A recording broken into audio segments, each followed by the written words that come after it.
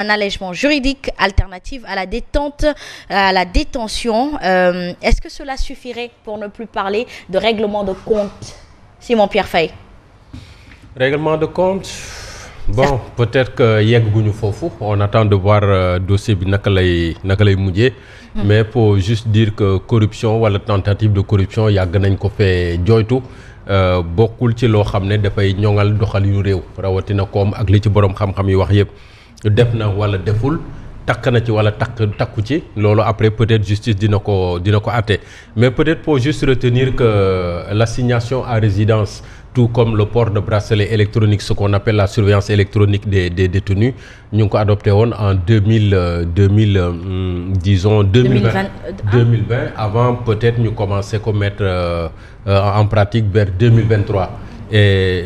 jamono joojee il faut dire que il y avait un débat autour du peuplement carcéral parce que Sénégal également il faut le dire la situation de nos prisons ñu ngi masawu ñëpp ñi nga xam ne caabi féete na li ginnaaw parce que am na ñu bëri ñu ciy seetaan nekkoon na problème et mi ngi nekk problème ba léegi. ñu ne nag pourquoi pas ñu wut ay alternatives yi mooy lan mandat de dépôt yi systématique nañu fexe di ko moytu. Parce que bu ñu la yóbboo ci kanamu yoon bu procureur jotee ci yow moom am na l'attitude immédiatement tout de suite mu mettre la sous mandat de dépôt alors pour éviter tout ça ne nañu aménager yenn yi ci dispositif boo xam ne xarala maye na ko léegi nit ki mën nga ko bàyyi mu nekk ci biti mais tout le temps nga koy mën a contrôler et c'est le dispositif de surveillance électronique wala assigné ko à résidence mu nekk këram nga xam ne soxla am du bëri dara ci biti mais mi ngi biir këram ñu koy également may gët. Mais ironie du sort, Ismaïla Madior Fall mi doon défendre ces mêmes procédés ces mêmes dispositifs devant l'Assemblée nationale tey jii moom moo ci tombé et ça nous prouve une fois de plus que loi moom ñëpp ci bokk yem léegi nag il reste l'utilisation qu'on va en faire ak peut-être culpabilité ou non culpabilité loolu après yàlla rek a xam mais faut dire que de la même manière il y a d'autres situations d'aménagement yoo xam ne am na fi contrôle judiciaire ak yeneen yoo xam ne teg nañ ko fii aywa mi ngi noonu moom Pape Malick Ndour ci ironie du sort bi nga wax moom tamit àdduna ci Nanku Bakayoko nee na il parle d'une opération d'humiliation bi nga xam ne ni bëgg nañ ko teg un adversaire parle-t-il d'un adversaire politique reste-t-il lui dans le contexte du règlement de compte waaw mën nañ ko dégg parce que temps yi passé maa ngi déglu benn vidéo bu directeur DG du port bu doon wax ne Ismaïla Madior Fall mi ñu doon takkal bracelet yi tellement que affaire ba peut-être choqué woon na leen ñoom l'actuel président de l'Assemblée nationale ak yeneen donc ñooñu nga xam ne dañ leen takkaloon mbir mi tey bu ñu demee ba takkal ko ki nga xam ne moo nekkoon ministre bi peut-être que c'est justement pour lui dire voilà tiens xoolal lan la bracelet di ñamal donc ça peut se comprendre mais quel que soit par ailleurs lu mënti am mooy que ni juge bi moom moo jël décision ngir ñu assigner ko à résidence mais également takkal ko bracelet bi donc ñun dañuy jàpp ne ndogal bi ci juge la jógee et que ne juge bi nekkul ne dañ ne ko def ko lii wala def ko laa parce que mënoon na ko yóbbu mandat de dépôt comme ñeneen ñi ko accusateur yi mais puisque déjà que yóbbu na ko lii di résidence surveillée ak takkal ko bracelet dañuy jàpp ne rek juge bi moom moo jël ndogal boobu et que peut-être Pape Malick en tant que politique également il a le droit am regard boobu noonu te booy xool yenn fee yi tamit mën nga ko ci jox dëgg mais tamit nañ jàpp ne rek ndogalu kii àtte la. ndogalu kii àtte la ci jamono joo xam ne ni leader du parti au pouvoir taxaw na assemblée nationale jour bi ñuy defere Simon mi Thielou Mag wax ne moom dafay impliqué wu personnellement ci mbirum justice gile ngir ñi nga xamante ni peut-être jàpp na ni que moom dañoo luubal xaalisu réew mi wala caxat-caxate réew mi yoon mën a def la ko war ca ñoom ndax foofu itam déclaration boobu mënuñ cee jàpp ni que moom règlement de compte la yenn décision yi. jërëjëf soxna Asma Khadija ñu nuyuwaat ñuy bàyyi xel nga ne mu ne lan mu ne moom dafay jël il prend l'engagement de s'impliquer. mais foofu la jàng yi yàqu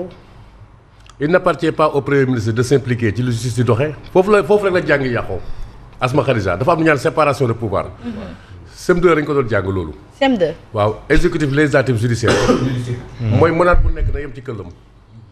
léegi bu benn monator dee ci këllam dugg ci benn këll rek foofu la jàng yi yàqoo Asma Khadija ñun Sénégal dañoo tardé yaa ngi dégg Afrique dañoo tardé xool dëkk Mali Corée du Sud bi nga xam ne moo ko Cameroun ñoo yemoon niveau de développement tey ñu romb ñu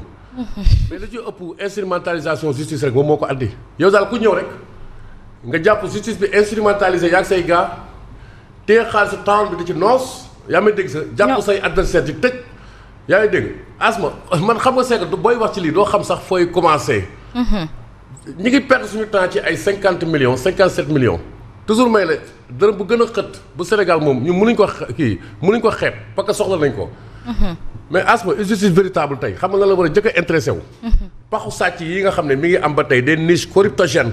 dans l'administration au niveau des douanes au niveau des impôts et domaines mais y en a des niches corruptogènes lan la Ousmane Sonko doon dénoncé bi nekk opposant mais c'est parce que ces niches là day dénoncé loolu mi ngi am ba tey yaa may dégg sax day tax mu am facilité pour sàcc xaalis nit ñaa ngi am facilité di sàcc xaalis ba tey léegi ñoom bu ñu faloo xam nga lu ñu war a njëkk a jublu ay loi yoo xam ne paxu sàcc yooyu da koy fatt les remises gracieuses au niveau des impôts et domaines. Très bien. Asma Khadija. Au niveau des douanes am na pax yu ñu war a fatt. Et ce sont des milliers de milliards kon la ñuy rapatrier. bu ko defee ñu jox ko Sénégalais soulager leen ci tabaski bi ñu jëm ñu am lu ñu jëndee xar ak faj seen soxla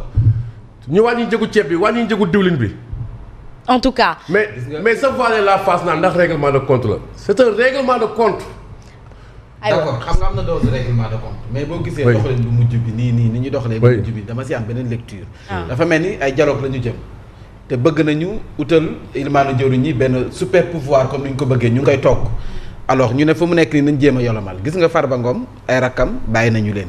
donte am na lu ñu teg seen doon bracelet électronique toujours Ismaïla Madior Fall rage bi ñu doon ak haine bi ñu doon wax si moom ñëpp dañoo jàppoon ne buy dem ñu koy tëj gis nañ fu ñu mujj takkal ko bracelet demal toog en attendant ce qui veut dire que dañ naan instant bii ñun yoruñu doole bu nga xam ne ñu ngi jéem a defante ñoo ngi jéem a règlement de compte ba kër baa nag ñu am li ñu bëgg maanaam bañ pare ci dialogue bi ñu delloowaat buum sa mboy boy ga donc nañu def très attention ci li nga xam ne moom la ñuy doxale fu mu nekk nii bu mu leen bett ay Tahirou Sarr yu jékki-jékki bàyyi leen ñu génne ñoom Lat Diop ñu bàyyi leen ñu génne parce que dañuy jéem a yolomal ba seen dialogue bi pare ba ñu am li ñu bëgg ba pare. donc da ngay foog ni lii yii décision yi justice di jël dafa laale ak populisme en faveur de l'actuel premier ministre du Sénégal. man lecture boobu laa ci am dama jàpp ne fu mu nekk nii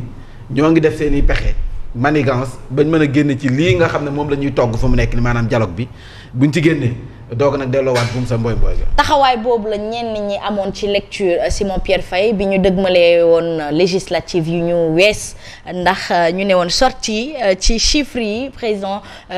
du parti Pastef defoon c'était du pur populisme certains l'ont dit certains adversaires politiques l'ont dit pour juste gagner encore le cœur des Sénégalais donc vous pensez que ñoom ñoo ngi ci manipulation ànd ceeg justice ndax loolu mën na nekk. ben loolu débat la man je pense que du ma dugg ci yenn créneaux yi mais ce qu'il faut dire c'est que dafa am parallèle ak le contexte. le contexte après nag ku ci nekk ku ne ni nga ko mën a gisee.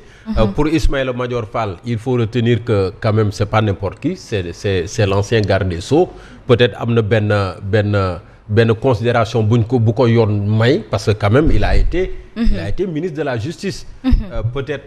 yóbbu ko prison xëy na dina xaw a ñaaw donte Mambay mu ngi ko évoqué ñi mu sekkal dossier bi yëpp en tout cas ñi ci cité ñoom les deux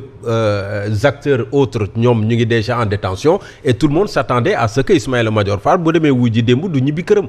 donc takkal ko bracelet électronique résidence surveillée